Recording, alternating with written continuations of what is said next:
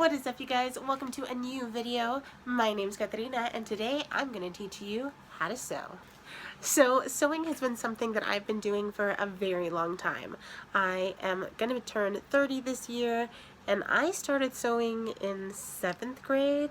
I mean, really, I was trying to make Barbie dresses in like 4th and 5th grade, but they always really just turned to little tubes of fabric tied with hair ties, which meant they were then Barbie pillows.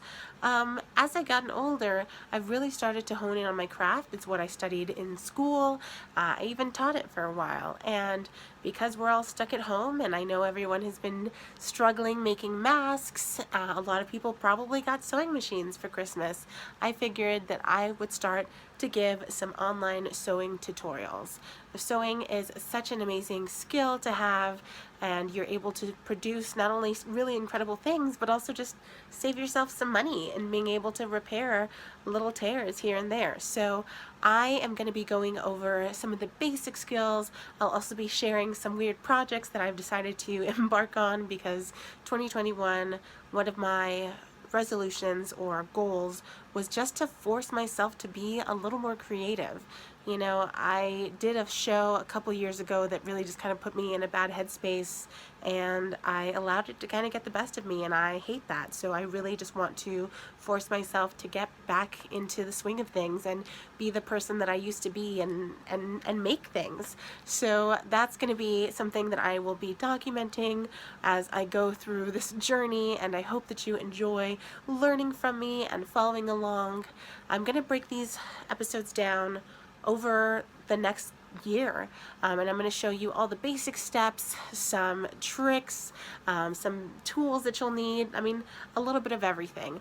I think that sewing is way easier than a lot of people think it might be, and I hope that you find that it is as well. Thank you so much for joining me on this journey.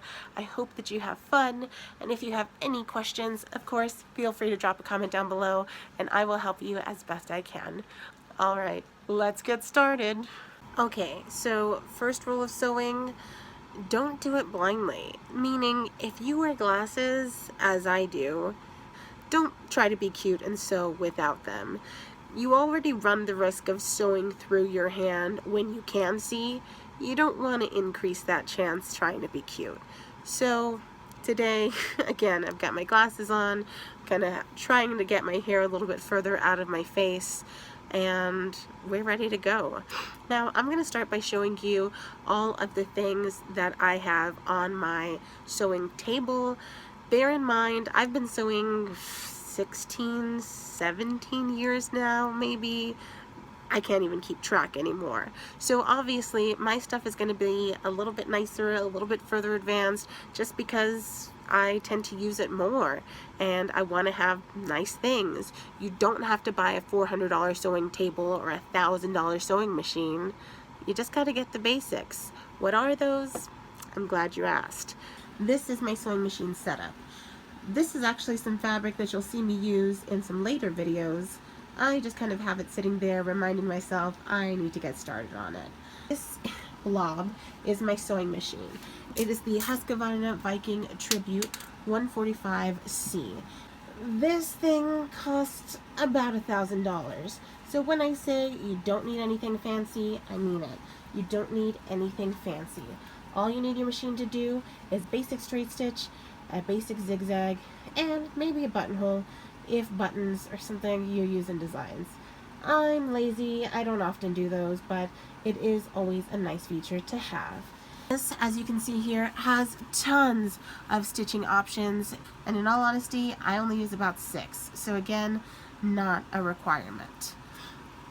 I've had this one, maybe 4 years now, and I like it. I think I've definitely gotten my money's worth, but again, if you're not somebody that sews regularly, you definitely don't need to spend that much on a machine. Now, as far as supplies go, there are a few that I definitely recommend having in your arsenal.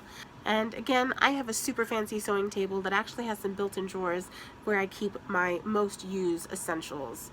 Next to that, something you don't see is about a 10 drawer organizer where I have all my extras. But the first thing that you're gonna want to make sure you have is a good pair of fabric cutting scissors. These are made by Ginger, and they run anywhere from 30 to 50 bucks a pop. They're very nice, very heavy duty, but you really want to make sure with your fabric scissors you never use them to cut anything but fabric. You can risk damaging your blades, dulling your blades, and they're just not going to be practical for cutting through layers anymore. So you really want to be careful. I actually have ones that I use exclusively for my slippier fabric like silks or satins. I have some that I use for things that are going to have glitter and be a little more abrasive. I have heavier duty ones I use for furs. So again, scissors are something you really want to take good care of. If you're going to make the investment, especially in a $40 pair of scissors, you want to make sure you're not using them to cut wrapping paper for Christmas. Use a $1 pair of Fiskars for that, not these bad boys. Besides your sewing machine, scissors, I'd say, are the most important thing to have in your arsenal. The next thing that you're definitely going to need is straight pins. Now, I have a pin cushion, and I have no idea where it is. That thing is always disappearing on me, which makes sense that even in this moment I would have literally no clue where to find it. But luckily I am a pack rat, and I also keep multiple other storage tools for my pins on hand. This one, as you can see, is pretty empty, but I have a few, and by a few I mean about 5 different pin magnets that also are used to store my straight pins. I have my pin cushion for if I have to go and like travel and do things, or you know, just for my bigger pins, and then I use my magnets to take out my pins as I'm sewing. There are 2 types that I use, but I definitely favor one over the other. So these are just your standard dressmaking pins. They're a lot shorter, they're pretty thin. You can get a box of these for like 12,000 for like 10 bucks. So you get quite a bit, but I tend to prefer the longer quilting pins. I like I like having something to grip on. I can see them a lot easier, and I go through boxes of pins so quickly. I'm sure anybody else out there that sews does the exact same.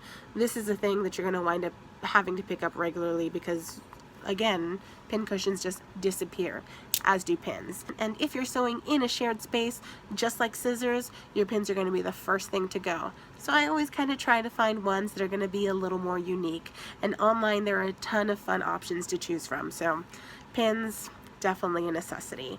Again, magnets are good things to store, especially if you're kind of lazy like me and just throw the pins haphazardly on the table. You can just quickly pick them up with this. The next item you're going to need is a seam ripper. And again, I've painted mine pink because these, just like pins and scissors, always disappear.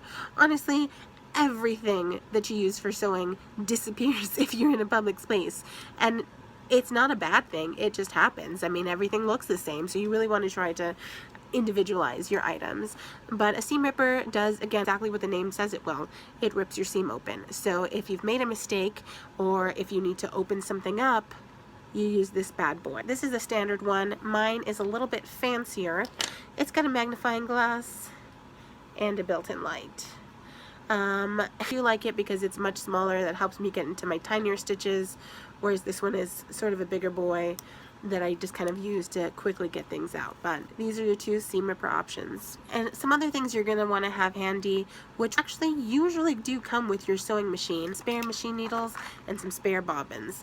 Now, we'll get into what bobbins are and why they're used a little bit later on, but you definitely want to have these 2 in your kit as well, just in case of emergencies, and to help make projects move along a little bit quicker. Other things I have in my kit that aren't as necessary, but I definitely do enjoy having, include a variety of clear rulers.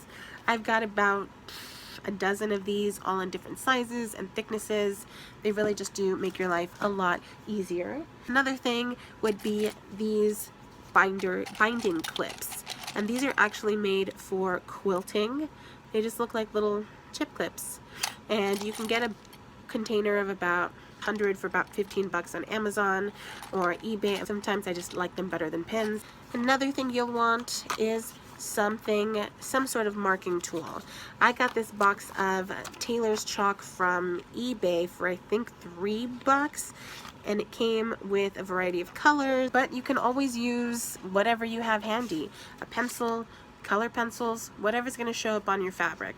Like I said, you don't have to have the fanciest of things, just whatever's going to work best for you. Another one of my favorite items to have is a rotary cutter, and I have, again, about 3 or 4 of these, all in various sizes. I get replacement beads off eBay very cheap, and this just makes cutting a lot better. But if you are a new sewer or are a little on the clumsier side like myself, I would recommend working your way up to this, because it is very dangerous and you could wind up pretty badly cutting off your finger.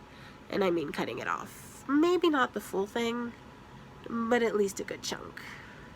Nobody wants that. Alright, so I think that takes care of every tool you'll need in your basic sewing kit. I think people often stress out about the cost of sewing supplies. But you can build a kit for $20 at the most, as long as you shop wisely. Hobby Lobby and Joann's always have coupons, but granted, those are still pretty expensive. I tend to get a lot of things off eBay, some off Amazon, even though I don't really love shopping there. You can get some from thrift stores, you can get some from yard sales. I mean, you'd be surprised at the things you do find. But now that you've built your sewing kit, I'm going to show you how to start using your machine. And again, mine is a little bit on the fancier side. You definitely don't need something this high-end, but they basically all operate the exact same way. So let's get started.